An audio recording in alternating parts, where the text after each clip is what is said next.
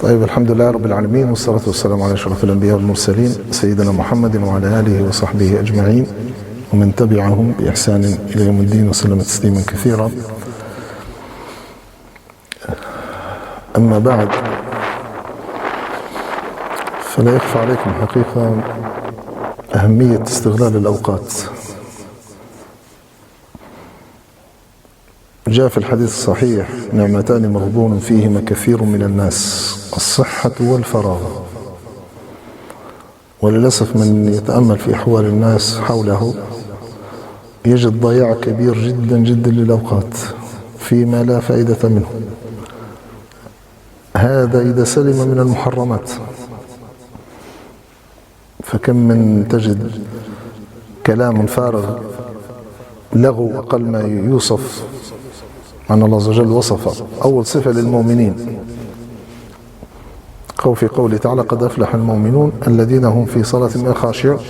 آسف الذي كنت أريد أن أقول أن الله عز وجل ذكر الإعراض عن اللغو بين فريضتين، بين الصلاة والزكاة. قد أفلح المؤمنون الذين هم في صلاتهم خاشعون والذين هم عن اللغو معرضون والذين هم للزكاة فاعلون. شوف، جاء بين فريضتين. فالواحد حقيقة ينتبه إلى لسانه. السكوت خير. ما عندك ما تقول تسكت، تستمع أحسن، لأن كل شيء مسجل. ما يلفظ من قول إلا لديه رقيب عتيد. هذه لك بعض الناس يظن أنهم اسمين من اسماء الملائكة. لا، إنما هي صفتين للملائكة: رقيب عتيد. وإن عليكم لحافظين كراما كاتبين يعلمون ما تفعلون. الآية الأخرى: أيحسب الإنسان أن يترك سدى؟ لا، حاشا وكلا، لا أبدا. الآية الأخرى: أفحسبتم أنما خلقناكم عبثا وأنكم إلينا لا ترجعون. فالواحد يحتاج أن يراقب لسانه. الواحد يذكر نفسه: لا قبلكم. حقيقة الكلمة موجه لي قبلكم، ولكن نحن من باب الذكرى والتذكير، والذكرى تنفع المؤمنون. وذكر فإن الذكرى تنفع المؤمنين. هناك مجالسنا تكون هكذا، واحد يذكر بعضنا بعضا. كلنا متعرض للهفوات ومتعرض للزلات، ومفيش حد راهو. لكن عندما يجد من بعضنا ينصح بعضا كويس، ينتبه. يكون مرات شارد هو في شيء فينتبه. فحقيقة الحرص على الأوقات. ومن يقرأ عن سيرة السلف في الحرص العجيب على الوقت تقول فعلا: ما تركوا من آثار عظيمة وراءهم تبين لك عظم استغلالهم لأوقاتهم. الثروات العلمية التي تركها العلماء، من يدخل المكتبات الضخمة أو تدخل على مواقع في كتب السابقين الذين كتبوا، تتعجب. أنت تقول توفيق الله عز وجل لهم، ونظر في قلوبهم الإخلاص له، لا طمع في عارض من عروض الدنيا ولا مناصب ولا شيء من هذا ولا شهادات، ما كانش فيه هذا أصلا. فالله عز وجل أبقى آثارهم هذه العلمية. أمثلة كثيرة من يقرأ عن سيرة علماء. الإمام الشافعي، ومن لا يعرف الإمام الشافعي؟ هل تعلمون كم عاش سنة هذا الرجل؟ 52 سنة فقط. شوف ماذا ترك الرجل من ثروة.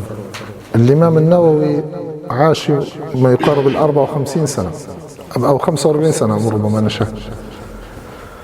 وغيرهم كثير جدا. هذه نماذج ولا شك. هذا ما جاء من فراغ. هكذا يترك الرجل وراءه هذا العمر القصير ويترك وراءه آثار علمية كبيرة جدا، كتب.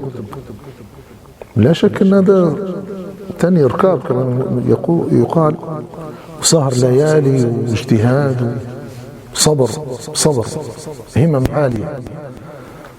صدق من قال: إذا كانت النفوس كبارا تعبت في مرادها الأجساد. فالجسد يتعب. إذا كان صاحب النفس الذي يحمل هذه الجسد فيه هذه النفس، فتجد الجسد يتعب، لكن شيء يتمتع، هو يستمتع. هو تجد مرة تدخل لمكتب كما رأيت بعض الناس المجتهدين ممكن تشفق عليه أنت، نظرتك أنت ساعات طويلة وهو بين الكتب. يذكرون عن من المعاصرين رحمة الله عليه قريب عهد بوفاة الشيخ الألباني رحمة الله عليه، معروف محدث العصر، وصل إلى درجة أنه يقرأ يوميا 16 ساعة. طبعا هذه ما جات فيك، لا مراحل، شو وصل نفسه شيء تدريجيا وصل. يبقى مرات في مكتب الظاهرية في دمشق السلم للكتب اللي فوق، يبقى مرات واقف ساعات على السلم ماسك هذا الكتاب وعامل فهرس للمكتبة الظاهرية. هو صاحب المكتبة قال له أرحني خذ نسخة من المفتاح، افتح وسكر انت خلاص مطمئن عارف ان الشيخ من يكون هو. طيب اذا اتيت لبيته بدون موعد ما يفتحش الشيخ، تمشي انت تقدر وتفتح لك الشيخ وتفضل لا كم واحد سياتي كم سيضيع عليه من اوقات لن يكتب ولن طبعا. اذا تريد ممكن في المسجد طبعا بموعد حرص على الوقت. وهذه النفوس الكبيرة، وهذه قلت في الأمة حقيقة، نماذج أمثال هؤلاء قلت بشكل كبير جدا.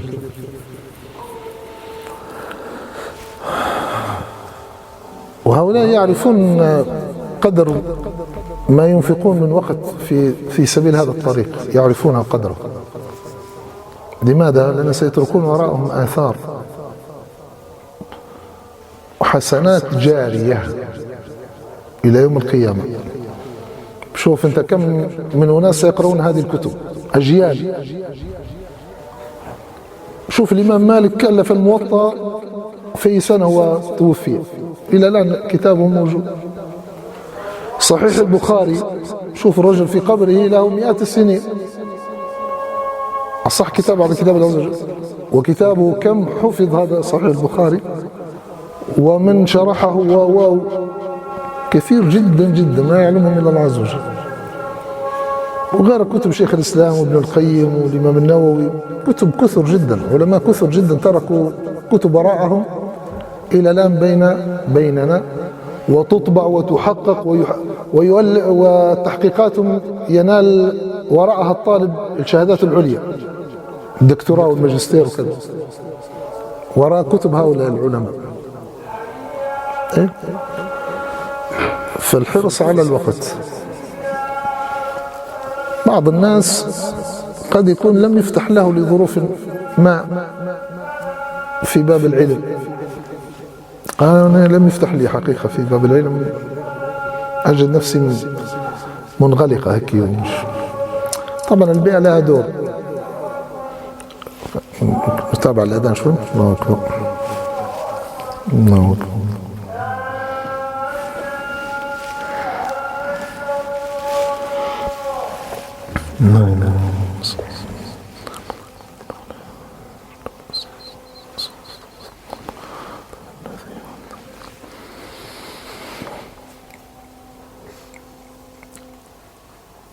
طبعا لم يفتح لك في باب العلم لا بس، هذه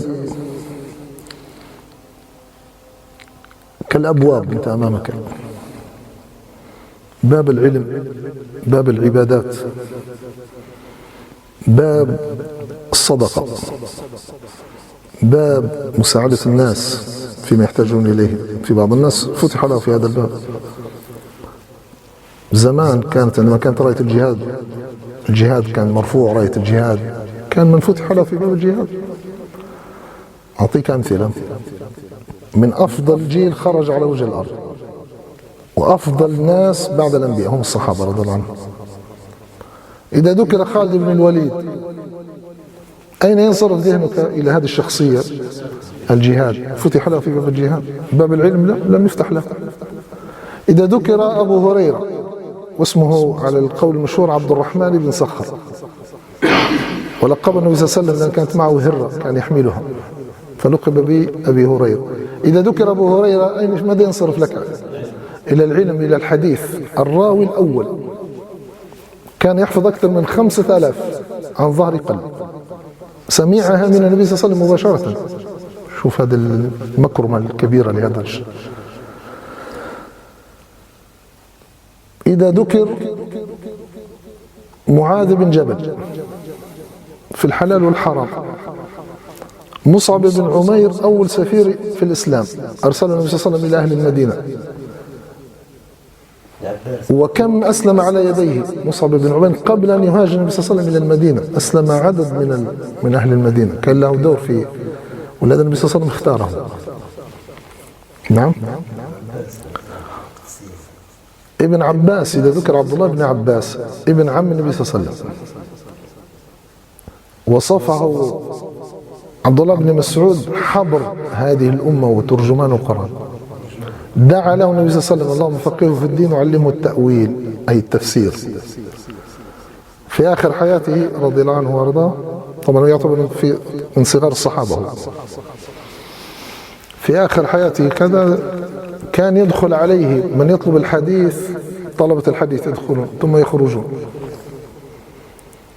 يدخل عليه بعد ذلك من يريد التفسير ويخرجون، وهكذا طلاب العلم يخرجون ويدخلون عليه. بحر. استقر به المقام بعد ذلك في الطائف، خاف من البقاء في مكة، أن خاف من المعصية في الحرم، ومن يريد فيه بإلحاد بظلم نذقه من عذاب أليم، فخاف من هذا. الناس قلوبها راي مش عادية، مش قلوب حية. فذهب إلى الطائف واستقر به، وقبره في الطائف رضي الله عنه وارضاه، عبد الله بن عباس. فالواحد حقيقة لابد يكون عنده مشروع في حياته، ما تكونش عندك صفحة مفتوحة هكذا لأوقاتك، يناديك هذا تمشي مع هذا كذا، مش ضابط أوقاتك خالص، يمشي عليك العمر ولا ويمضي وتمضي السنون، وتجد نفسك طيشين المحصلة. لا أنا خلفت وراي 50 سنة مضت. طيب ماذا، شنو هي الأشياء اللي أنا قمت بها في حياتي هكذا؟ طبعا الواحد يحاسب نفسه، وحاسبوا أنفسكم قبل أن تحاسبوا، قولة عمر ده. وين كنت أنا مستقيم؟ أولها طبعا الأمور العظيمة، الصلاة مثلا، كنت أنا ماشي محافظ على صلواتي كويس في جماعة. كيف حالي مع الناس؟ إذا ما تعديت على حد وظلمت حد كذا، كيف منضبط في عملي؟ خلاص أنا التزمت، وفي توقيع بيني وبين الجهة اللي كنت أشتغل فيها، التزم الساعة كذا إلى كذا. هل محلل قروشي أنا فلوسي هذه ولا لا؟ أنا ناخذ في الراتب من هنا وانفق فيه على عيالي. انتبه.